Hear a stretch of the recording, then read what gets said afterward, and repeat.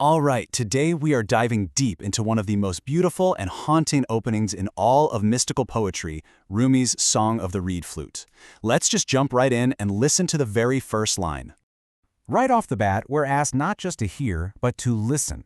And what are we listening to? A complaint. This isn't just a pretty melody, it's a story of sorrow, a story that starts with a deep, profound sense of loss. So where does this mournful sound even come from? Well, the answer is in the flute's own backstory, this memory of being ripped away from its home. I mean, just picture this for a second. The flute wasn't always an instrument. It was a living thing, a reed connected to the earth, part of a family of reeds. And the moment it was cut down, that's the moment that defines its entire existence. It's this primal act of separation. This one act, this separation, is the very source of its song. It creates this constant nagging ache, a memory of a wholeness that's now gone. And out of that ache comes this incredibly powerful yearning, It's this deep, primal need to get back, to be reunited with the source it was torn away from. Rumi's language here is just wow. He says this longing is so intense, it's like having a heart that's been scorched by the anguish. So we're not talking about a gentle sadness here. This is a fiery, burning pain, and that's what gives the music its incredible power.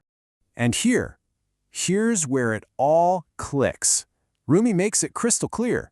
The flute isn't just a flute. As you can see, it's a metaphor for us, for the human soul. The whole poem is suggesting that we too feel this separation from our divine origin, and we spend our whole lives with this deep yearning to go back. Okay, so if the flute is telling the story of separation, what's the secret it's trying to share? What's the hidden message inside that melody? You see, the music is packed with these profound truths, but you're not going to get them if you're just casually listening. The real magic, the real mysteries, they're hidden from our everyday senses. You have to listen with something more than just your ears. And this is such a fascinating distinction that Rumi makes. Our physical senses, our eyes, our ears, they can pick up the sound, see the instrument, watch the performance, sure. But true insight? That goes so much deeper. It understands the feeling, that scorched anguish, that yearning that's actually creating the sound in the first place. And that feeling, that yearning, reveals the song's true power source. Rumi tells us that the sound we're hearing isn't just air moving through a hollow reed. No, it's something way more powerful, something almost elemental. The poem tells us that what's really making the music is the fire of love. It's this intense, transformative energy that breathes life into the flute and gives its song real meaning. For Rumi, if you don't have this fire, you're not really living. And just look at how he describes it. Love is this active, creative force behind everything. It's what makes the flute's cries so sharp and piercing. It's the very same energy that makes wine ferment, that process of transformation. It's a friend to anyone who feels that pain of separation, and it's the key that unlocks the deepest secrets. But this whole journey of love isn't some simple, straightforward path. As we're about to see, the flute's song, this fire of love, is actually a huge paradox. So on the one hand, the song is a poison. It tells the story of a dangerous, difficult journey. It's filled with all the pain and anguish and sorrow of being separated. It's a constant, painful reminder of what you've lost.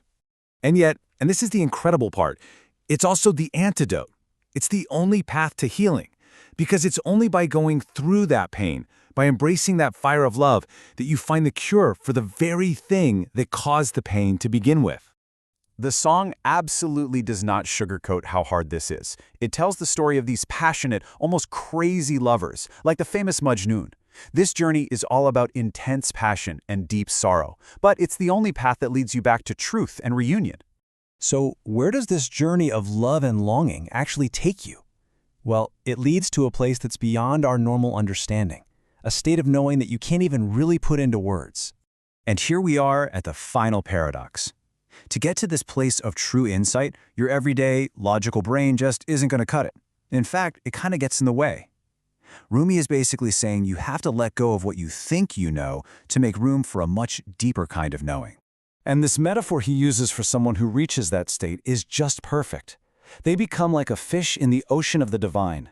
They don't just visit it, they live there. They're completely surrounded, never getting tired of it because it's their natural element. It's where they belong.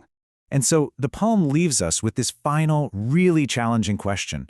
It points to this huge gap between our normal, everyday experience and true spiritual maturity. And it's a question that doesn't really ask for an answer, does it? It's more like an invitation to start our own journey of really, truly listening.